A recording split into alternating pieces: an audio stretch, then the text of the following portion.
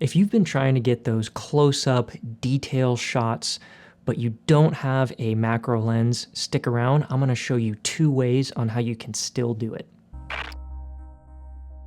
My name's Brendan, and today I'm gonna be talking to you about 2 methods you can use in order to get those really nice close-up macro shots, even without a macro lens. One of these methods, you can use your existing equipment.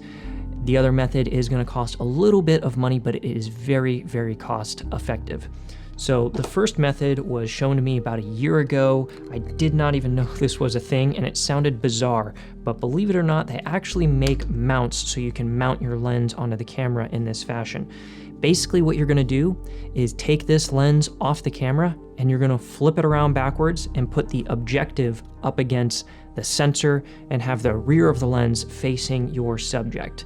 Now, if you aren't using a mount, you're gonna have to hand hold this, and it can be a little tricky just to get it on there real nicely.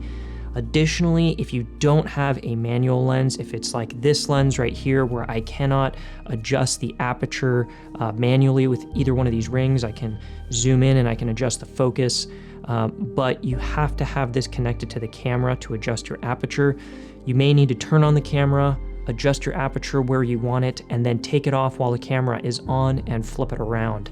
This works really well. I've tried this on my Sigma 24-70 that I'm shooting on right now, and I'm able to get those really nice close-up macro shots without having to buy any extra equipment. Now, the second method is still very, very cheap. It does involve getting something called diopters.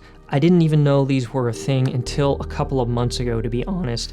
And when I discovered them, I realized how incredibly useful they are, because you can basically turn almost any lens into a macro lens.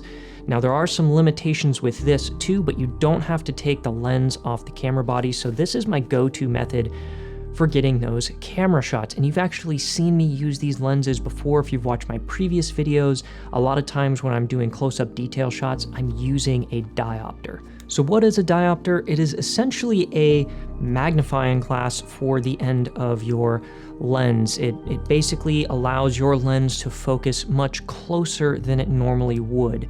The kit I got here is from Vivitar.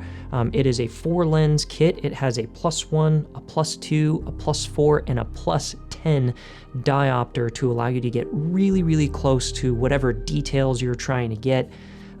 This whole kit cost me about $16 off B&H Photo. It is very cost effective. I've seen some of these a little bit cheaper on Amazon as well. Now, something to note, you do get what you pay for with these. These lenses are not perfect. They do take away a little bit of sharpness, and they do add a tiny bit of distortion.